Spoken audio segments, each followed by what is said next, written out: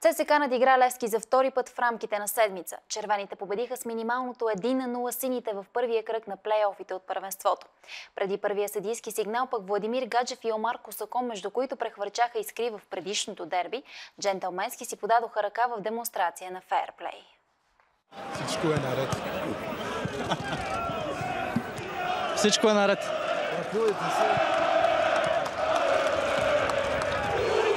Двубоят започна с много положения пред двете врати.